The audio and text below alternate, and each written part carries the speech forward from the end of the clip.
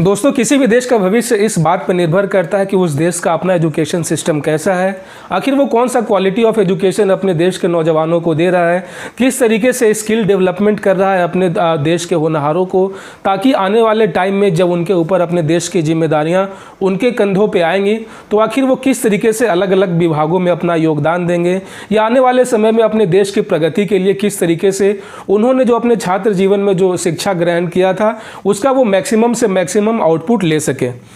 दोस्तों, किसी भी देश का जो भविष्य है वो इसी बात पर निर्भर करता है कि आखिर उस देश की जो है शिक्षा प्रणाली कैसी है, किस तरीके का वहाँ का क्वालिटी ऑफ एजुकेशन वहाँ के नौजवानों को दिया जा रहा है।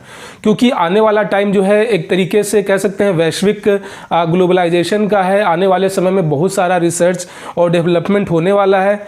इसके लिए जो है कि हर देश को अपने अपने लेवल से काफ़ी हद तक अपने पूरे शिक्षा व्यवस्था को जो है एक मजबूत दृष्टिकोण से लोगों के सामने जो है प्रस्तुत करना चाहिए। क्योंकि बहुत सारे ऐसे देश हैं जो अभी भी वही पुरानी पद्धति जो ट्रेडिशनल एजुकेशन होता है वही प्रोवाइड कर रहे हैं, और इसी का नतीजा है कि बहुत सारे क्षेत्रों में हमारा भारत जैसा विशाल देश जो कि दुनिया में सबसे अधिक दूसरा आबादी वाला देश है, हमारे पास मैन पावर की कोई कमी नहीं है, हमारे पास रिसोर्सेज की कोई कमी नहीं है, फिर भी जो है हम रिसर्च और डेवलपमेंट में, साइंस और टेक्नोलॉजी में बहुत ज़्यादा पीछे हैं। मतलब कह सकते हैं कि टॉप 10 में भी नहीं है। तो यहाँ पे हमारे ये जो है काफ़ी चिंता का विषय है कि इतनी बड़ी आबादी होने के बावजूद, इतने सारे संसाधन होने के बावजूद भी है आखिर हम इतने पिछड़े क्यों हैं। दुनिया के 100 टॉप यूनिवर्सिटीज़ में भारत का एक भी यूनिवर्सिटीज़ नहीं है। तो आप यहीं से समझ सकते हैं कि भारत में जो क्वालिटी ऑफ एजुकेशन है उसका क्या अस्तित्व है।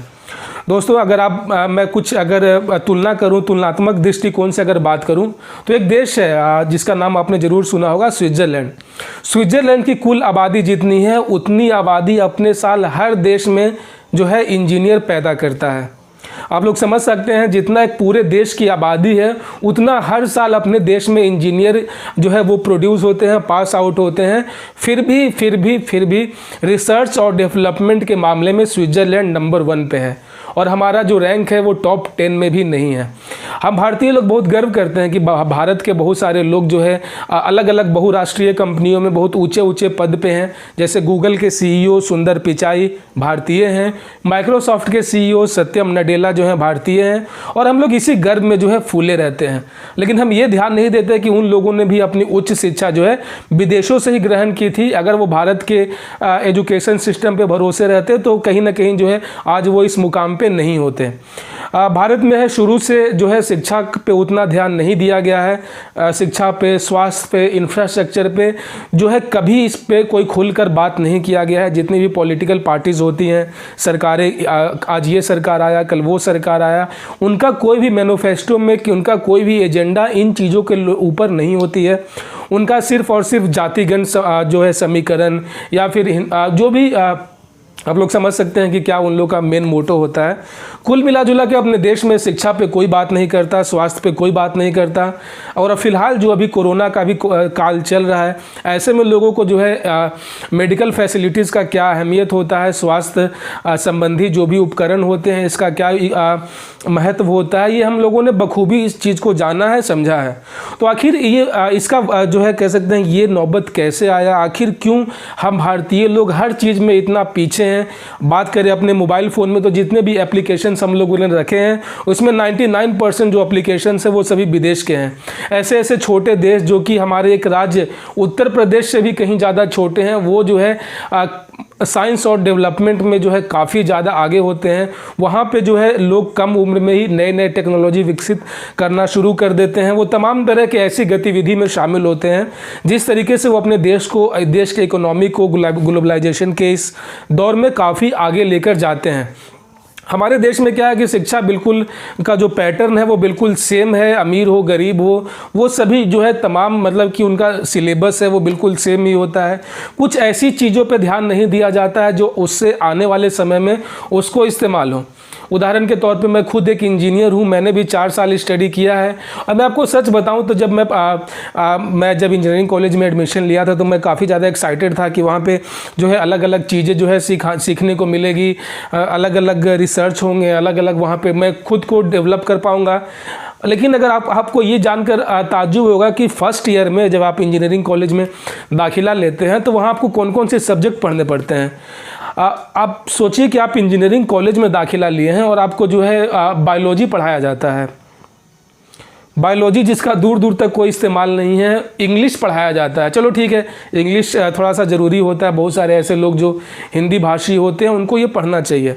तो कुल मिला जुला के ऐसे ऐसे सब्जेक्ट, ऐसे ऐसे सिलेबस में इस तरीके का कॉम्बिनेशन रखा गया है जिसका जो है वास्तविक जीवन में कुछ इस्तेमाल नहीं है।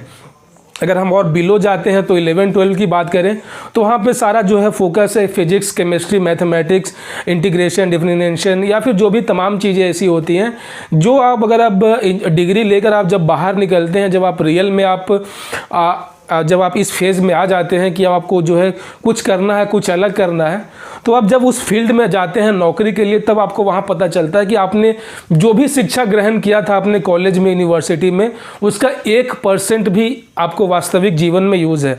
कहीं भी लाइफ में आपको tan थीटा cos थीटा का कहीं इस्तेमाल नहीं है, ना ही आपको कुछ इंटीग्रेशन करना है बाहर में जाकर। जो चीज़ें सिखानी चाहिए उस पर कोई फोकस नहीं करता है। अगर कोई एक इंजीनियर है, वो बायोलॉजी पढ़ भी लिया, बायोलॉजी में 100 में 100 नंबर ले लिया, तो पास आउट होने के बाद उसका क्या इस्तेमाल है। इसी तरीके से हर फील्ड में जो है इंडिया में, बाकी चीज़ों का तो मुझे नहीं मालूम है मेडिकल में किस तरीके की पढ़ाई होती है, लेकिन जो सबसे ज़्यादा चर्चा का विषय रहता है रिसर्च और डेवलपमेंट, साइंस और टेक्नोलॉजी, ये इंजीनियर्स के कंधों पे ही होता है। लेकिन हम इंजीनियर्स को ही अपने देश में इस तरीके का शिक्षा दे रहे हैं जिसका वास्तविक जीवन में कोई यूज़ नहीं है। यहाँ पे हमारे देश में ऐसा होता है कि कोई मैकेनिकल का छात्र है, वो पास आउट होने के बाद टीसीएस ज्वाइन करता है। कोई कंप्यूटर साइंस का स्टूडेंट है, वो पास आउट होने के बाद पेप्सिको में जाता है, फूड टेक्नोलॉजी में। मिला जुला के इंडिया में ऐसा सिचुएशन है कि किसी भी फील्ड में आप जो है आप ब्रांच में इंजीनियरिंग करें, आपको जाना टीसीएस में ही है, आपको जाना इन्फोसिस में ही है, आपको जाके वहाँ पर जो है कोडिंग ही करना है। मतलब कुल मिला जुला के आपको वहाँ पर जो आपको ट्रेनिंग दिया जाएगा 3 महीने के अंदर, आपको पूरे लाइफ में केवल वही करना है। मिला जुला के मैं आपको ये बोलूँगी कि अगर कोई आम बंदा भी है, अगर वो 10th पास भी है, अगर आप उसको टीसीएस ज्वाइन करवा दोगे, अगर आप वो ट्रेनिंग ले लेगा 3 महीने का, तो वो काफ़ी अच्छा परफॉर्म करेगा। यहाँ पे इंजीनियरिंग के डिग्री का कोई इस्तेमाल नहीं होता है। लोग वही सेम पैटर्न को यूज़ करते रहते हैं, रटा रटाया, कोई भी नई चीज़ों की बात यहाँ पर नहीं होती है। वही जो विदेश होते हैं वहाँ पर जर्मनी हो गया, इटली हो गया, या फिर जापान, साउथ कोरिया, और अपना जो अभी हाल में ही हमारा जो पड़ोसी मित्र है चाइना, आप वहाँ पे देखें कि वहाँ के लोग जो हैं घर घर से जो है एक तरीके से इनोवेशंस होते हैं, तरह तरह के इक्विपमेंट्स बनाए जाते हैं। वहाँ पे रॉकेट साइंस की बात होती है, और हमारे देश में तो आप समझ ही सकते हैं। इसीलिए अगर आप हमारे देश का विकास सही मायने में करना है तो उसके लिए हमें व्यापक रूप से फिर से एक यूनिफिकेशन करना होगा, फिर से जो है इन चीज़ों पर सोचना होगा, और एजुकेशन सिस्टम में जो है काफ़ी व्यापक बदलाव की ज़रूरत है। हम वही चीज़ें पढ़ रहे हैं जिसका कोई इस्तेमाल नहीं है, जो मुग़ल कालीन जो चीज़ें चलती आ रही थी बस वही पढ़ रहे हैं, वही रट्टा लगा रहे हैं, जिसका मैं सही कहूँ तो वास्तविक जीवन में कोई यूज़ नहीं है। अगर बात करूं तो यहाँ पे MBA पास आउट भी बंदे के पास वो नॉलेज नहीं होती है जो सड़क पे घूम घूम कर तेल बेचने वालों की होती है, क्योंकि उसे उस टाइप का क्वालिटी ऑफ एजुकेशन नहीं दिया गया है। बहुत सारे ऐसे देश हैं जो आबादी में बहुत छोटे हैं लेकिन उनका जो डेवलपमेंट है, स्किल डेवलपमेंट है, वो काफ़ी ज़्यादा है। दुबई जैसा देश जो आज से 40 साल पहले जो है इंडिया के सामने कहीं नहीं टिकता था, बिल्कुल गरीब था, लेकिन उन्होंने अपने ऊपर रिसर्च और डेवलपमेंट पर ध्यान दिया। उन्होंने अपने मैन पावर को जो है एक अलग दिशा में ले गए, इसीलिए आज वो वर्ल्ड्स वंडर भी कहा जाता है। इसीलिए मेरे इस वीडियो के बनाने का एक माध्यम था कि अगर हमें रियल मायने में अगर अपने देश का विकास करना है, अगर अपने देश के जीडीपी को ग्रोथ करना है, तो युवाओं में जो है एक अलग से एक होता है ना वो रीसेट बटन, रीसेट दबाने के बाद सब कुछ फ्रेश हो जाता है, सब कुछ नया हो जाता है, वैसा बटन दबाने की ज़रूरत है।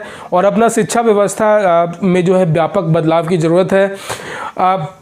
सिर्फ और सिर्फ वही चीज़ें पढ़ानी चाहिए, वही चीज़ें बतानी चाहिए जिसका आने वाले समय में इस्तेमाल है, ना कि ऐसी चीज़ें जिसका दूर दूर तक कोई योगदान नहीं है। अगर फॉर एग्जांपल अगर कोई हिस्ट्री से ग्रेजुएशन करता है तो उसको केवल हिस्ट्री की बातें पढ़ाई जानी चाहिए। अगर कोई ज्योग्राफी से ग्रेजुएशन करता है तो उसे ज्योग्राफी की बातें बतानी चाहिए। अगर कोई सिविल इंजीनियर का इंजीनियरिंग कर रहा है तो उसे सिर्फ और सिर्फ सिविल से रिलेटेड चीज़ें ही बतानी चाहिए, उसे मैकेनिकल का सिलेबस में उसे इंक्लूड नहीं करना चाहिए। लेकिन अपने देश में इंजीनियरिंग एक ऐसा फील्ड है जिसमें लगभग आपको सेकेंड ईयर तक सारे सब्जेक्ट्स कॉमन होते हैं। अगर बंदा मैकेनिकल का भी हो, सिविल का भी हो, वो सभी सब्जेक्ट एक साथ बैठ कर ही पढ़ेगा, जिससे होना जाना कुछ यही है कि जब वो 4 साल बाद जब वो बाहर निकलता है वास्तविक जीवन में, तो उसको कुछ पता ही नहीं होता कि यार मुझे करना क्या है, और फिर वो अलग अलग विकल्प को तलाशना शुरू कर देता है। तो आई होप गाइस कि इस एक छोटे से वीडियो के माध्यम से आपको आपके अंदर इस चीज़ की भावना जागेगी कि हाँ, अपने देश में जो है एजुकेशन सिस्टम में बदलाव की काफ़ी ज़्यादा अहमियत है, और ये होना भी चाहिए। हम जितना लेट करेंगे वैश्वीकरण के इस दौर में, हम उतना ही ज़्यादा पीछे जाएंगे।